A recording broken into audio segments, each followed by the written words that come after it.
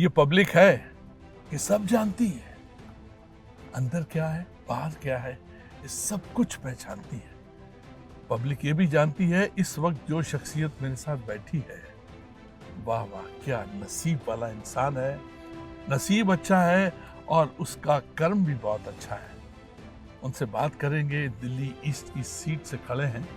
पहले ये सीट किसी और की थी, लेकिन फिर वो कहूँगा ये गौतम गंभीर की सीट थी, लेकिन जो टॉप ब्रास है उन्होंने सोचा कि इस सीट पे अगर कोई बैठेगा तो आप वो नाम खुद ही अपना बोलेंगे। Sir welcome. Thank you. Welcome sir. Thank you. Please your name. मैं हर्ष मल्होत्रा हूँ, भारतीय जनता पार्टी का एक छोटा सा कार्यकर्ता हूँ और मैं वाकई खुशनसीब हूँ कि मुझे पार्टी के शीर्ष नेतृत्व ने पूर्वी दिल्ली की सीट के लिए अपना प्रत्याशी बनाया है। तो I am very grateful to my senior leadership. आपका सबसे पहला रिएक्शन क्या था जब आपको पता चला कि yes your name is there in the list in the top class? मेरा पहला reaction thanks to God and thanks to my senior leadership था।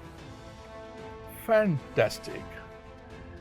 First of all it is almighty which counts. फिर रब के जो बनाए हैं बंदे, जिन्होंने सोचा समझा और इस प्रेस्टिजियस सीट के ऊपर हर्ष जी को रखा गया। हर्ष जी ये बात बताएं कि अभी आपका लोगों की जो गुड विशेस हैं आपके साथ में, उसके बाद में आपका एजेंडा क्या होगा, आपका विजन क्या है? सबसे इम्पोर्टेंट तो मेरे क्षेत्र में झुग्गी क्लस्टर्स हैं। झुग्गी क्लस्टर? यस। ओके। मेरे मन में है कि मेरे जो झुग्गी क्लस्टर्स हैं, मैं उनको प्रधानमंत्री जी की योजना है जहां झुग्गी वहां मकान, उसके अंतर्गत लाके उनकी लाइवलीहुड में ड्रास्टिक चेंज ले आऊं, उनको हेल्दी कंडीशंस में रहने के लिए मैं प्रयास करूंगा। और वहां I have identified those clusters. Okay. Yes. Qalandar colony है, दिलशाद विहार है, उसके साथ एक और कॉलोनी है, वहाँ पे झुग्गी क्लस्टर्स है। तो लगभग 4000 झुग्गी हैं। उन झुग्गियों की जगह पर उनको हम फ्लैट देंगे और वो खाली फ्लैट नहीं है, चार दीवारी नहीं है, वो पूरा एक क्लस्टर है बड़ा, जिसमें साफ सुथरा सड़कें, सीवेज पड़ा हुआ होगा, पानी की पीने के पानी की पाइपलाइन, साफ सुथरे पानी की पाइपलाइन होगी, पार्क होंगे, उनके बच्चे हेल्दी कंडीशंस में रह पाएंगे और उन लोगों को भी उनकी लाइफ का वो टर्निंग पॉइंट होगा। अच्छा। And this is what I think कि अगर मैं कर पाऊं, मेरे को प्रभु की कृपा होगी तो मैं ये करने की कोशिश करूंगा। मेरा फर्स्ट प्रायोरिटी वही है। एक जमाने में सुनते थे रोटी कपड़ा और मकान, लेकिन ये कुछ अलग ही तेवर है इसका, जहां झुग्गी वहां मकान। But have you started the work over there Harsh ji? Although this is not the right time to start the work, rather it is not in my domain also till I got selected as MP.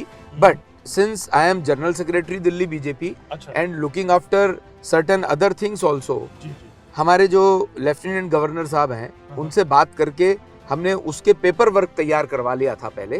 तो इसीलिए I am pretty confident कि जैसे ही हमारी प्रधानमंत्री जी तीसरी बार नरेंद्र मोदी जी प्रधानमंत्री बनते हैं, हमारी सरकार का फॉर्मेशन होता है, I will start working on this project. 4000 flats to be converted into मकान।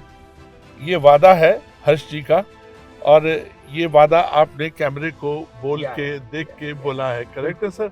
इसके अलावा और आपकी प्रायोरिटीज क्या हैं इस इलाके में? अभी हम जहाँ चल रहे हैं, हमारे लेफ्ट पे यमुना जी हैं। एक तरफ तो हमारे लिए सौभाग्य की बात है कि यमुना जी दिल्ली में से होकर के निकलती हैं, और मेरी पूर्वी दिल्ली जो कॉन्स्टिट्यूएंसी है उसमें से 50% of the Yamuna ji touch करती हैं। मेरे मन में ये है, ये मेरा रिलीजियस बिलीफ भी है कि यमुना जी साफ होनी चाहिए, और हमारे जो त्योहार होते हैं, हम अपने त्योहार गंगा जी यमुना जी के किनारे पर उनके जल से आचमन करके, उनके गंगा जल को हम पवित्र मानते हैं, यमुना जल को हम पवित्र मानते हैं, उसमें स्नान करके उसमें आचमन करके करते हैं। दिल्ली वाले उस बात से आज तक डिप्राइव्ड हैं। मैं चाहता हूं कि हम यमुना जी को साफ निर्मल करें और हम अपने धार्मिक त्योहार और अपनी संस्कृति को बचा सके, this is also my one of the priorities. Sir वो दिन कब आएगा जब यमुना जी से एक बुक पानी लेके आदमी ऐसे पिएगा? मैं समझता हूं मैं इसमें right from the first day काम करना शुरू करूंगा और जल्दी ही वो दिन दिल्ली की जनता को मिलेगा। नरेंद्र मोदी जी ने दिल्ली के लिए जो काम किए हैं वो काम अभूतपूर्व है। मैं आपको गिनाना शुरू करता हूं। प्लीज बताइए आप। NH-24 दिल्ली से स्टार्ट होता है, सराय काले खां से स्टार्ट होता है मेरठ तक, नेशनल हाईवे 24 सराय काले खां निजामुद्दीन से स्टार्ट होता है और वो मेरठ एक्सप्रेसवे की बात कर रहा हूँ, वो नेशनल हाईवे ही है, वहां तक जाता है।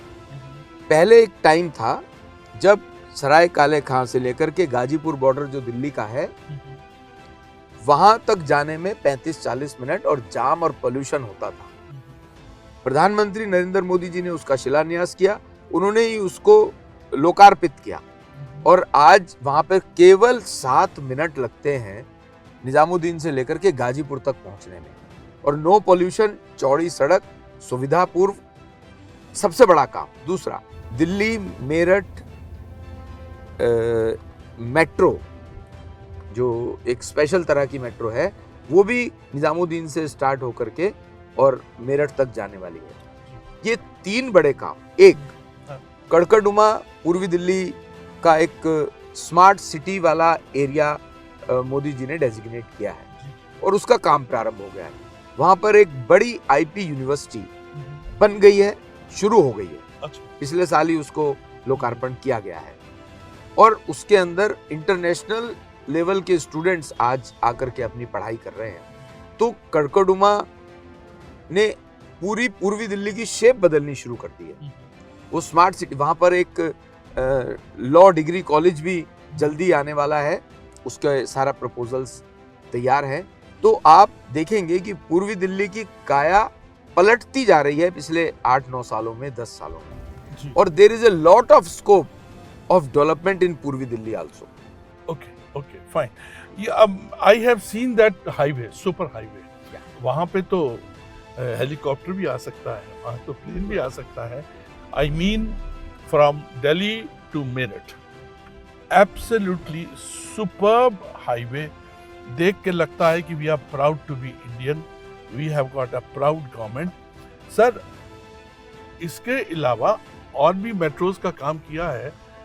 What do you comment about the discipline and the double engine work in Modi ji's government? उसके बारे में आपका क्या विचार? देखिए, मोदी जी ने सरकारों के काम करने का तरीका बदल दिया है। मुझे एक बार अपने बहुत सीनियर लीडर जो देश में मंत्री थे मोदी जी की गवर्नमेंट में, 7-8 साल पहले एक दिन मैं उनके पास सुबह 8 बजे चला गया, तो वो बिल्कुल रेडी होकर के और जाने के मूड में थे। मैंने उनका लाइफस्टाइल देखा है, वो 11-12 बजे कार्यकर्ताओं से, पब्लिक से मिलके निकला करते थे। मैंने कहा, सर आज जल्दी निकल रहे हैं, क्या बात? कह रहे, भैया ये मोदी जी का रेजिम है, यहाँ ब्यूरोक्रेट्स को 9 बजे नहीं, मंत्रियों को भी 9 बजे ऑफिस पहुंचना है। क्या बात है, दिस इज द डिसिप्लिन। और उससे ही आप देखेंगे कि काया पलट हो गई पूरे देश की, इसी डिसिप्लिन के कारण। और एक और बड़ी बात, जो बड़ा डिसिप्लिन है, इकोनॉमिक डिसिप्लिन है। आप देखेंगे 10 साल हो गए देश में किसी मंत्री, एनडीए गवर्नमेंट के, किसी बीजेपी के किसी मंत्री, किसी सांसद, स्वयं प्रधानमंत्री तक करप्शन का एक भी आरोप नहीं। एग्जैक्टली। तो ये आप सोचिए ना, भ्रष्टाचार मुक्त भारत बनाने की तरफ देश अग्रसर है मोदी जी के नेतृत्व में। हिंदुस्तान को आज की डेट में ये डिसिप्लिन चाहिए, ये विचारधारा चाहिए और डबल इंजन चाहिए सर, बहुत लाजमी है। जीडीपी जो है वो 8.5 हो गई, ट्रिलियंस की तरफ जा रहे हैं।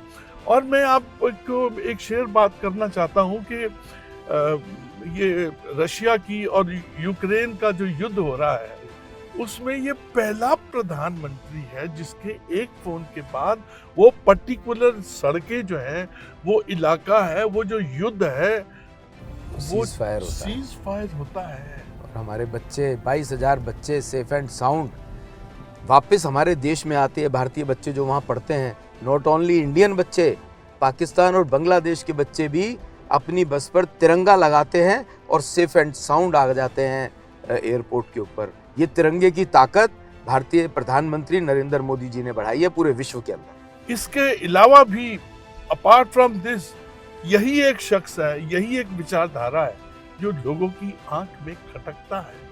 वो लोग कभी ये सोचते नहीं कि विश्व गुरु बनने के रास्ते में है हिंदुस्तान, और ये बंदा जो है बाहर जाता है कितना यश कमा के लाता है।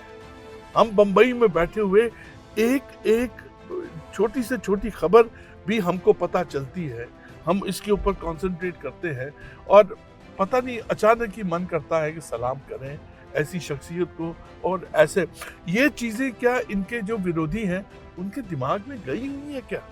आपने बहुत अच्छा पॉइंट टेकअप किया। आप देखिए, जब कोविड आया था, हाँ जी, तो पूरा विश्व थर-थर कांप रहा था। बिल्कुल। बड़े बड़े कंट्रीज, डेवलप्ड कंट्रीज जी, डिसीजन नहीं ले पा रहे थे कि लॉकडाउन लगाएं या नहीं, क्योंकि लॉकडाउन लगाने का मतलब है इकोनॉमी जीरो होना। जी, पर प्रधानमंत्री जी ने बड़ा निर्णय लिया, कड़ा निर्णय लिया। क्यों लिया? जान है तो जहान है। वाह, उन्होंने कहा कि मेरे अगर देशवासी बचेंगे तो इकोनॉमी तो मैं ठीक कर ही लूंगा। बिल्कुल। तो उन्होंने इसकी चिंता नहीं की, उन्होंने देशवासियों की चिंता की, जिसके कारण से उस कोविड के टाइम जो मोर्टेलिटी रेट था भारत का सबसे कम था। मोर्टेलिटी रेट, मृत्यु दर यस यस, सबसे कम थी। उस समय ही मोदी जी ने, हमारे देश में पीपी किट नहीं बनती थी, मास्क नहीं बनते थे, वैक्सीन तो बहुत दूर की बात है। वैक्सीन बनाई, न केवल बनाई, 9 महीने में 140 करोड़ देशवासियों को 250 करोड़ से ज्यादा डोजेज फ्री में लगवा के दी, जिसके कारण से आज देश उस समय बच पाया। और मजे की बात देखिए आप, जिस इकोनॉमी की चिंता वर्ल्ड वाइड बड़े लोग, बड़े देश कर रहे थे, उस इकोनॉमी में भी उन्होंने 20 लाख करोड़ का पैकेज उस समय सरकार से दिया, देशवासियों के लिए, व्यापारियों के लिए, इंडस्ट्रीज के लिए, सामान्य झुग्गी वालों के लिए। कोई ये छोटी बात नहीं है। और आज भारत की इकोनॉमी विश्व का 5वां बड़ा अर्थव्यवस्था है भारत। और मोदी जी सपना देखते हैं, और उसको पूरा होगा वो, कि अगले 5 साल में हम तीसरी बड़ी अर्थव्यवस्था हो। बिल्कुल सर। हम जब छुपे बैठे थे अपने अपने घरों में, अपने अपने कमरों में, उस वक्त एक आदमी बाहर घूम रहा था, दैट वाज नरेंद्र मोदी जी। एक आदमी 24 घंटे, सबको, मेरे पास भी 24 घंटे हैं, आपके पास भी है, सबके पास 24 घंटे हैं। उस शख्स के पास भी 24 है कि पता नहीं 2400 है। कितने घंटे वो सोता है आदमी? 4 घंटे, शायद 4 घंटे, पता नहीं सोते भी है, पता नहीं सोते भी है। एक बंदे को इतना अपने देश के लिए है। भगवान करे ये पूरा कॉम्बिनेशन जो है, हर्ष मल्होत्रा जी, पूरा कॉम्बिनेशन आपका है, सब फले फूले और सबकी सेहत अच्छी रहे। हमको ये विचारधारा चाहिए, ऐसे लोग चाहिए। ये कौन से मिट्टी से बना हुआ इंसान है जिसका नाम है नरेंद्र मोदी?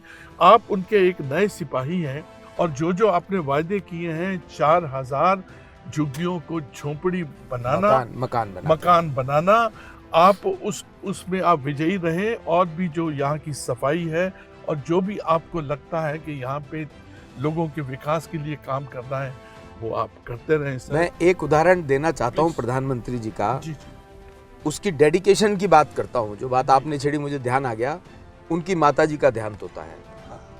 संस्कार के बाद उसी दिन शाम को 4 बजे वंदे भारत को हरी झंडी दिखाने के लिए पहुंच जाते हैं। बिल्कुल पहुंच जाते हैं। मतलब आज हमारे घर में कोई दुख होता है, उस दिन खाना ना बनता है, ना मन करता है खाना खाने का। 3-4 दिन बाद होश आता है। और प्रधानमंत्री का डेडिकेशन देखिए देश के लिए, देशवासियों के लिए, कि वो उस दिन भी काम करने पहुंच जाते हैं। Yes. Hats off to this man. He is a larger than life. Yeah. He is a larger than life. I'm talking about the great Modi जी। भगवान करे ये कॉम्बो जो है सेहतमंद रहे, देश का सेवा करे। Sir, it was a pleasure. ये इंटरव्यू किसी भी हाल में नहीं था, ये बातचीत थी जी। आपके साथ, आप जैसे अच्छे विद्वान के साथ में एक बातचीत थी। मुझे अच्छा लगा आपसे बात करके। I am really grateful to you also. Thank you sir, god bless. Vote जरूर दीजिएगा, आई रिपीट, वोट जरूर दीजिएगा, चाहे किसी को भी दीजिए, क्योंकि ये वोट भारत माता की अमानत है, देश की डेमोक्रेसी की अमानत है। This is Arun Bakshi from MH1। Cheerio man, stay blessed, love you, God bless, cheerio.